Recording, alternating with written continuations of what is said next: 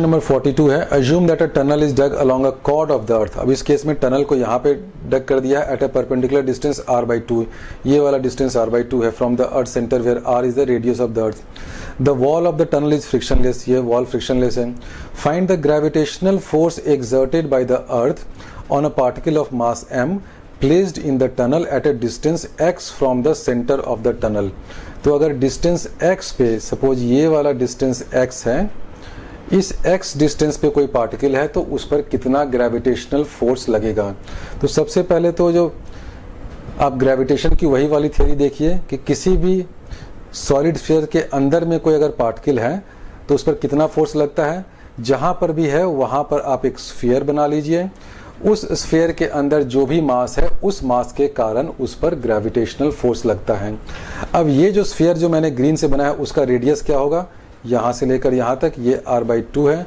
तो ये जो रेडियस है इसका नाम मैं कैसे लिखूँ, मैं स्मॉल r कर देता हूँ, ठीक है। तो ये स्मॉल r क्या हो जाएगा, r/2 whole square plus x square, और इसका आप ले लें टू द पावर 1/2।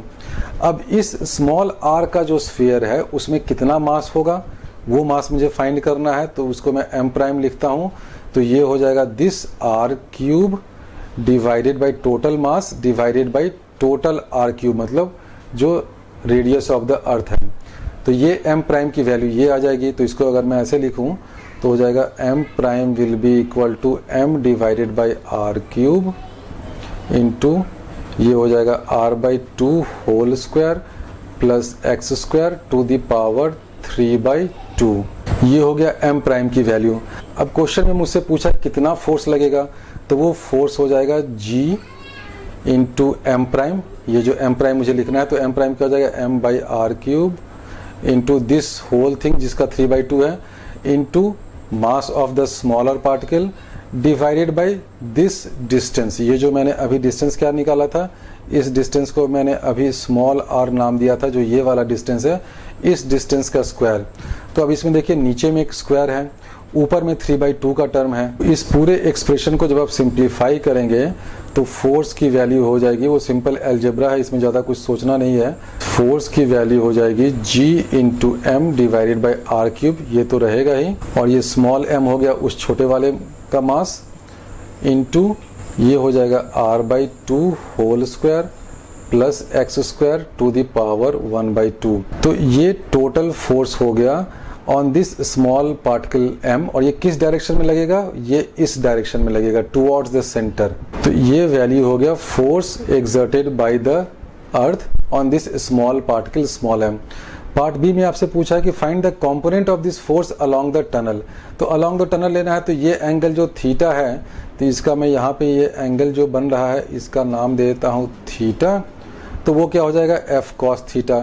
अब आप f cos थीटा और थीटा की वैल्यू क्या आ जाएगी, cos थीटा हो जाएगा दिस x डिवाइडेड बाई ये जो पूरा जो मैंने r लेंथ निकाला था उसकी वैल्यू, वो r क्या है, वो ये है।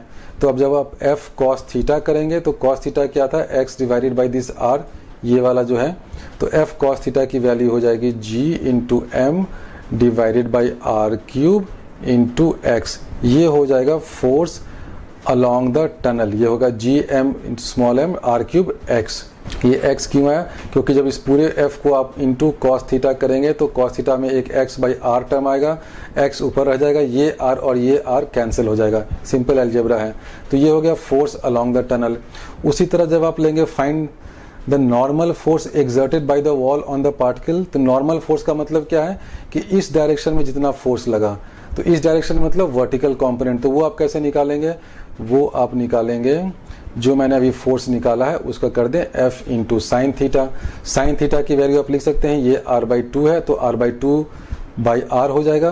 तो f साइन थीटा की वैल्यू हो जाएगी g into m divided by r³ into यहाँ पर आ जाएगा r/2। अब इसको आप सिंप्लीफाई कर दें तो ये हो जाएगा force exerted by the wall, ये r और r यहाँ पे कैंसिल हो जाएगा, तो gm into small m divided by 2r square हो जाएगा। तो ये पार्ट ए का आंसर हो गया, पार्ट बी का आंसर हो गया, ये पार्ट सी का आंसर हो गया। तो डी में आपसे पूछा है find the resultant force on the particle. Resultant force तो जो ये अलोंग द टनल वाला कंपोनेंट है f cos थीटा सिर्फ वही रहेगा। क्यों, क्योंकि वर्टिकल डायरेक्शन में क्या क्या फोर्स लग रहा है। वर्टिकल डायरेक्शन में एक तो ये एफ साइन थीटा लगा जो इधर की ओर है, उस फोर्स को जो टनल का वॉल है वो बैलेंस कर रहा है अपने नॉर्मल रिएक्शन से। तो ये एन और ये एफ साइन थीटा दोनों एक दूसरे को बैलेंस कर जा रहे हैं। तो क्या हुआ, वर्टिकल डायरेक्शन में कोई फोर्स नहीं है। तो जो रिजल्टेंट फोर्स है वो सिर्फ किस डायरेक्शन में लग रहा है, ये वाला फोर्स है along the tunnel. Along the tunnel एक फोर्स लग रहा है जिसकी वैल्यू ये है। अब देखिए कि ये जो फोर्स है क्या है, एक्स पे डिपेंड कर रहा है और ये रिस्टोरिंग फोर्स है, towards the centre of the tunnel लग रहा है। इसका मतलब ये क्या हो गया, ये भी मोशन एसएचएम हो गया। वही आपसे पूछा है, show that the motion of the particle in the tunnel is simple harmonic and find the time period. तो इस इक्वेशन के कारण देखिए जो नेट फोर्स उसको लग रहा है और ये रिस्टोरिंग फोर्स है वो क्या हो जाएगा, यहाँ पे आप माइनस लिख दीजिए क्योंकि ये रिस्टोरिंग फोर्स है, टुवर्ड सेंटर उसको लग रहा है, ये नेट फोर्स लग रहा है। तो ये जो फोर्स है किस पे डिपेंड कर रहा है, एक्स पे डिपेंड कर रहा है और ये रिस्टोरिंग फोर्स है। इसका मतलब ये सिंपल हार्मोनिक मोशन हो गया। इसका अगर आप एक्सेलरेशन फाइंड करना चाहें तो ये m हटा दें तो ये हो जाएगा माइनस (gm/r³ इंटू एक्स। तो अब ये एग्जैक्टली वही चीज़ आ गया, वही फॉर्मूला आ गया जो अगर अलोंग द सेंटर अगर मैं एक टनल बनाता तो इतना ही ओमेगा होता। तो इस केस में ओमेगा की वैल्यू क्या आ जाएगी, तो इस केस में भी ओमेगा की वैल्यू आ जाएगी √(gm/r³). इसको अगर आप स्मॉल g के टर्म्स में लिखना चाहें तो ये हो जाएगा √g/r। टाइम पीरियड क्या हो जाएगा 2π√r/g। तो टाइम पीरियड और ओमेगा की वैल्यू एग्जैक्टली वही आ गई जो एससी वर्मा बुक के सॉल्व एग्जाम्पल में क्वेश्चन नंबर 13 में सॉल्व कर रखा था। और वो इसलिए हुआ कि देखिए इस क्वेश्चन में भी पार्टिकल पर नेट फोर्स क्या लग रहा है, नेट फोर्स ये लग रहा है, ये वाला। और ये किस डायरेक्शन में लग रहा है, अलोंग द टनल लग रहा है। दूसरे डायरेक्शन में, वर्टिकल डायरेक्शन में क्यों फोर्सेस कैंसिल आउट कर गए, बैलेंस कर गए, क्योंकि उस डायरेक्शन में एक तो normal reaction by the wall of the tunnel लगा और दूसरा लगा ग्रेविटेशनल फोर्स बाय अर्थ जो लग रहा है उसका वर्टिकल कंपोनेंट। तो दोनों कंपोनेंट एक दूसरे को बैलेंस कर गया। ये एन जो मैंने पार्ट सी में फाइंड किया और ये एफ साइन थीटा, ये दोनों इक्वल होंगे, ऑपोजिट डायरेक्शन में होंगे, दोनों एक दूसरे को बैलेंस करेंगे। तो जो नेट फोर्स जो बचा इस पार्टिकल पे वो सिर्फ अलोंग द टनल बचा, ये वो क्या है एफ कॉस थीटा, उसकी वैल्यू ये है। अब देखने से ही लग रहा है कि ये जो फोर्स है ये रिस्टोरिंग फोर्स है और एक्स पे डिपेंड करता है। इसका मतलब ये भी मोशन सिंपल हार्मोनिक मोशन है। उसका ओमेगा स्क्वायर की वैल्यू ये है, ओमेगा की वैल्यू ये आ गई √g/r। तो टाइम पीरियड हो गया 2π√r/g।